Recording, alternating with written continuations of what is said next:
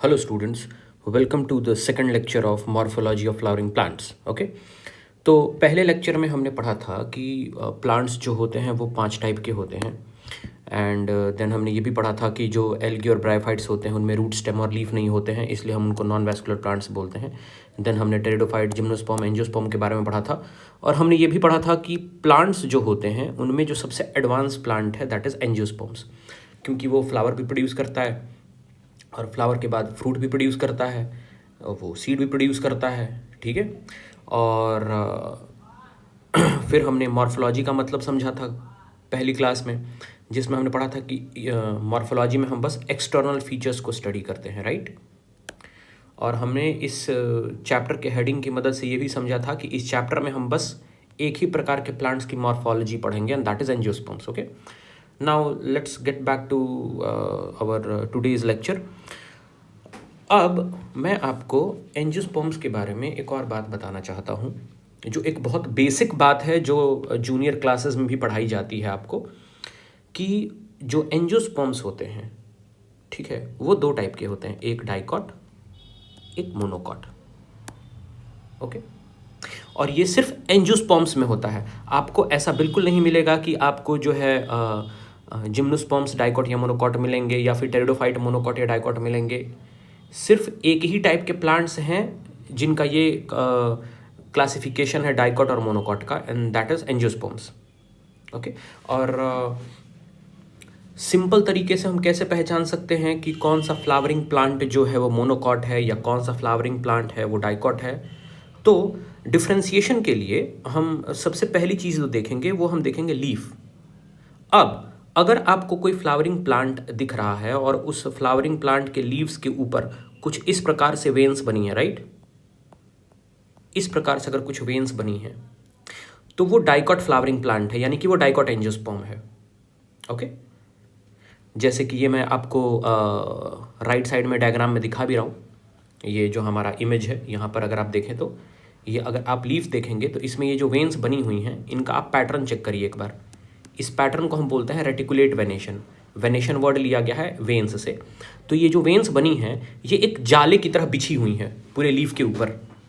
तो इस वेन्स के अरेंजमेंट पैटर्न को हम बोलते हैं रेटिकुलेट वेनेशन. ओके, तो अगर किसी भी फ्लावरिंग प्लांट में आपके लीफ के ऊपर रेटिकुलेट वेनेशन देखने को मिलता है, इसका मतलब वो फ्लावरिंग प्लांट डाइकॉट है.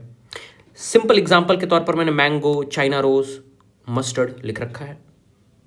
ठीक है, आपने देखा भी होगा, अगर आपने मैंगो का लीफ देखा हो या चाइना रोज का लीफ देखा हो या मस्टर्ड का लीफ देखा हो, आपको उसके लीफ के ऊपर रेटिकुलेट वेनेशन दिखेगा. इसका मतलब they are dicot plants. Okay, अच्छा, अब सवाल ये है कि ये जो वेन्स बने हुए हैं ना, राइट, ये जो वेन्स बने हुए हैं ये हैं क्या? क्या इनका कोई रोल है? क्या ये किसी फंक्शन की वजह से लीफ के ऊपर पाए जाते हैं?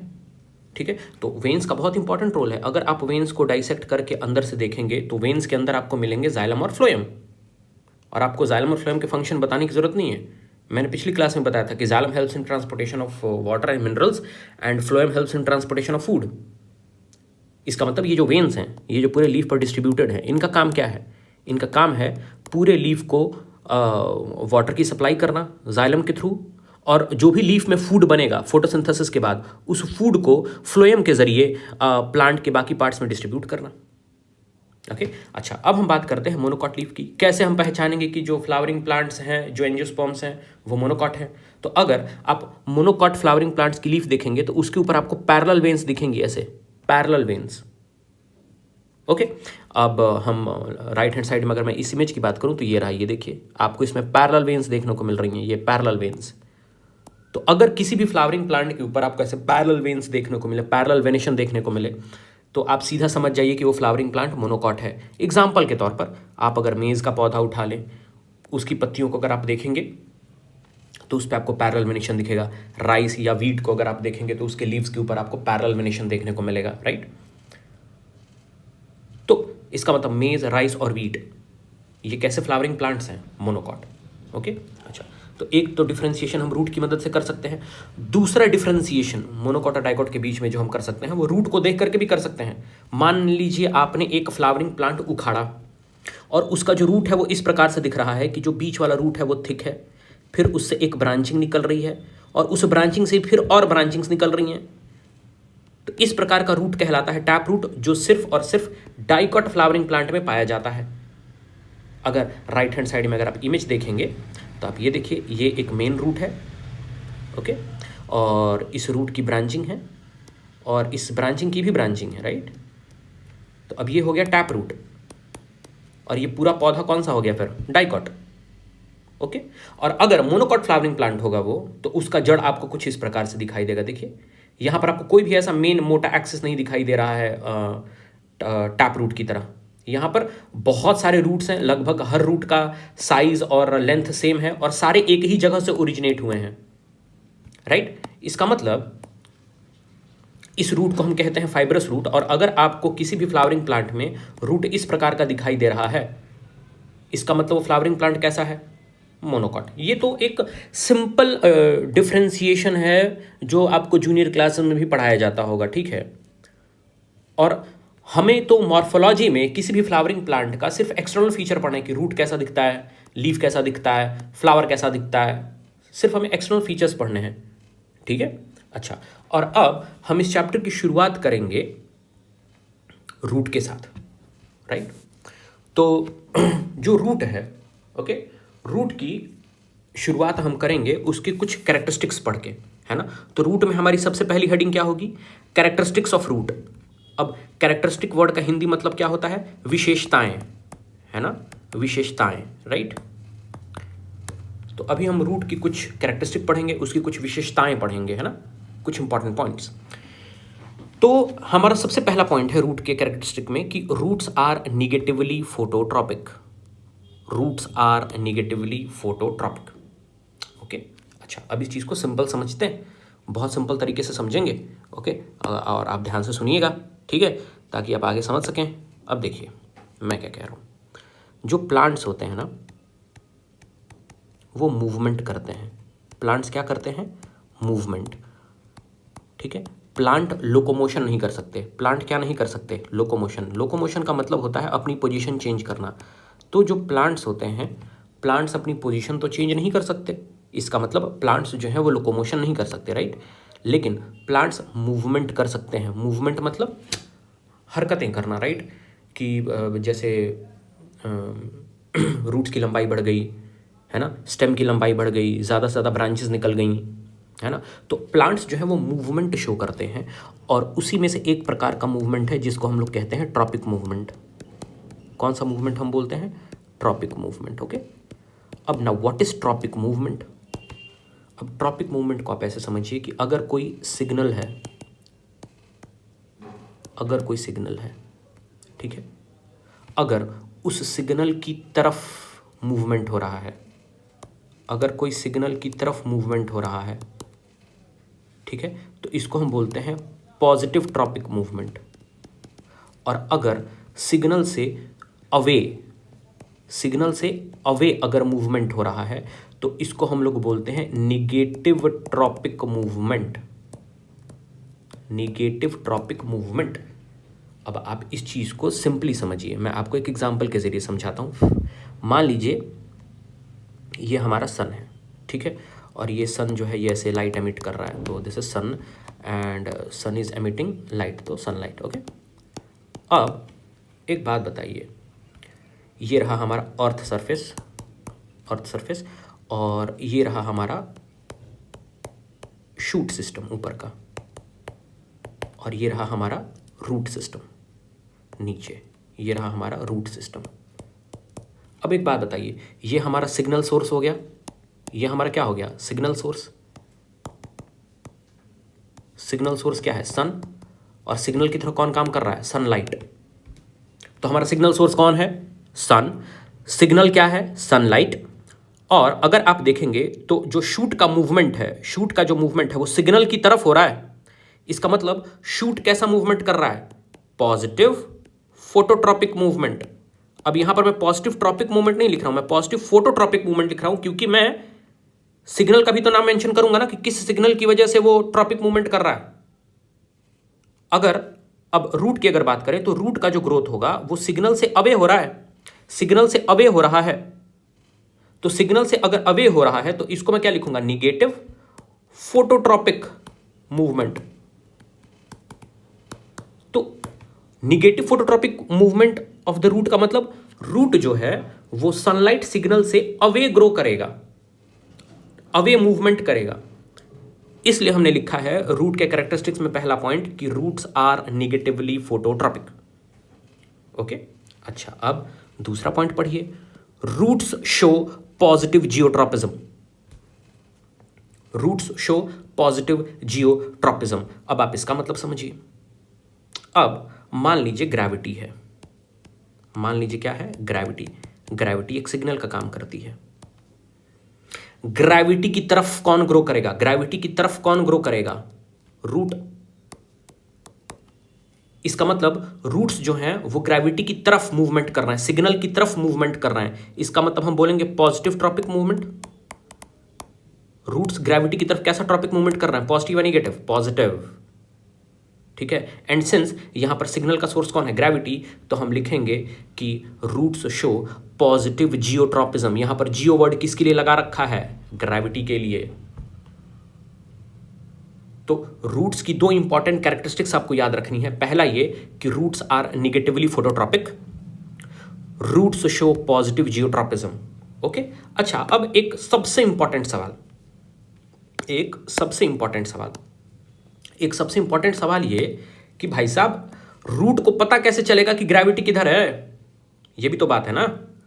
रूट को हम कैसे बताएं कि भैया ग्रेविटी नीचे की तरफ है ना? रूट कोई न्यूटन या आइंस्टीन थोड़ी है कि उसको पता रहेगा, पढ़ा लिखा थोड़ी है रूट, है ना। अब सबसे इंपॉर्टेंट बात यही है जहां पर हम सीखेंगे कि कैसे रूट को पता चलता है कि ग्रेविटी है कहां। ओके, तो अब आप समझिए, ये है रूट का टिप। ये क्या है? रूट का टिप। और ये अभी जो मैं रेड कलर से मार्क करूंगा, ये जो मैं रेड कलर से मार्क कर रहा हूं, this is root cap. This is what? Root cap. आपने सुना होगा कि रूट के टिप के ऊपर रूट कैप होता है जो रूट को बचाता है ना। रूट को क्या करता है? बचाता है। हमने पढ़ रखा है कि भाई साहब जो रूट का टिप होता है वो सॉफ्ट होता है। रूट का टिप कैसा होता है? सॉफ्ट होता है। और अगर रूट का टिप सॉफ्ट होता है तो उसको प्रोटेक्ट करने के लिए रूट के पास क्या मौजूद होता है? Root cap. और रूट कैप के सेंटर में, रूट कैप के ठीक सेंटर में, ये रूट कैप के ठीक सेंटर में सेल्स पाई जाती हैं जिनको हम बोलते हैं स्टैटोसाइट्स, जिनको हम लोग क्या बोलते हैं? स्टैटोसाइट्स। और यही वो सेल्स हैं जो ग्रेविटी को सेंस करती हैं। यही वो सेल्स हैं जो किसको सेंस करती हैं? ग्रेविटी को। इसका मतलब अगर हम रूट कैप से स्टैटोसिस्ट को हटा दें, अगर हम रूट कैप से स्टैटोसिस्ट को हटा दें तो रूट जो है वो किसी भी रैंडम डायरेक्शन में ग्रो करेगा, लेकिन वो ग्रेविटी की तरफ तो ग्रो नहीं करेगा। क्योंकि अगर तुमने उसका ग्रेविटी सेंसिंग सेल्स ही हटा दिया तुमने उसका, तो फिर रूट पॉजिटिव जियोट्रॉपिज्म तो नहीं शो कर पाएगा। समझ रहे हो? और अगर रूट एक पर्टिकुलर डायरेक्शन में टुवर्ड्स ग्रेविटी ग्रो नहीं करेगा तो वाटर एब्जॉर्ब नहीं कर पाएगा, और वाटर एब्जॉर्ब नहीं कर पाएगा तो फिर प्लांट की जो डेथ है उसके चांस बढ़ जाएंगे। समझ गए? ओके, अच्छा, moving forward to the third point of characteristic of root. तो the third point about root is कि roots do not have nodes and internodes. Okay, roots do not have nodes and internodes. Now what do you mean by nodes and internodes? Okay, तो let's see। अब मैंने यहाँ पर बना रखा है, ये देखिए, ये है अर्थ सरफेस, ये है अर्थ सरफेस। ओके, और ये रहा स्टेम, ये रहा स्टेम, और स्टेम के ऊपर निकली हैं ये लीव्स। ये दिख रहा है आपको? स्टेम के ऊपर क्या निकली हुई हैं? लीव्स। अब स्टेम वो पॉइंट, स्टेम का वो पॉइंट जहाँ से लीव्स अराइज हुई हैं, जहाँ से लीव्स निकली हुई हैं, उस पॉइंट को हम क्या कहते हैं? नोड। उस पॉइंट को हम क्या कहते हैं? नोड। इसका मतलब ये कि this point, this point is called as node. Okay, and again this point is also called as node. और दो नोड के बीच की जगह क्या कहलाती है? इंटरनोड। दो नोड के बीच की जगह क्या कहलाएगी? इंटरनोड। ओके, तो अब क्या आपको रूट के ऊपर नोड्स मिलेंगे? नहीं मिलेंगे। अगर रूट्स के ऊपर नोड्स पाए जाते तो रूट्स के ऊपर आपको लीव्स भी दिखाई देती। नोड्स सिर्फ और सिर्फ किसके पास पाए जाते हैं? स्टेम के पास। तभी तो स्टेम से क्या राइज होता है? लीव्स। और since roots do not have nodes, they will also lack internode. They will also lack internode. Okay, अच्छा अब एक चीज समझिए, अब यहां पर मैं दो शब्द की तरफ आपका ध्यान ले जाना चाहूंगा। एक शब्द है स्टेम, एक शब्द है शूट। एक शब्द है स्टेम, एक शब्द है शूट। ओके, अच्छा अब ये जो आपको अर्थ सरफेस के ऊपर ये पूरा हिस्सा दिख रहा है, जिसमें एक स्टेम है, लीफ है, ओके, आपको देन ब्रांचेस और फ्लावर्स भी दिख सकती हैं। तो अर्थ सरफेस के ऊपर ये जो पूरा सिस्टम है, इस सिस्टम को हम क्या बोलते हैं? Shoot. Shoot consist of stem, shoot consist of leaf, shoot consist of flower, shoot consist of fruits. लेकिन शूट का जो मेन एक्सिस है, शूट का जो मेन एक्सिस है, जिस पर पूरा शूट का सिस्टम टिका हुआ है, लीव्स, ब्रांचेस, फ्लावर्स, फ्रूट टिके हुए हैं, वो मेन एक्सिस क्या कहलाता है? स्टेम। वो मेन एक्सिस क्या कहलाता है? स्टेम। और आपकी एनसीईआरटी में आपको दो चीजें, दो लाइंस आप कॉमनली आपके सामने आएंगी। एक तो ये कि शूट टिप, एंड देन एक लाइन आएगा स्टेम टिप। शूट टिप और स्टेम टिप। अब देखिए ये अब आप देखिए ये पूरा ऊपर वाला हिस्सा शूट है। इस शूट का सबसे ऊपरी हिस्सा, सबसे टिप वाला हिस्सा कौन सा है? ये वाला। ये तो जो कहीं ना कहीं जो स्टेम का टिप है, वही शूट का हाईएस्ट पॉइंट होता है, हाईएस्ट टिप होता है।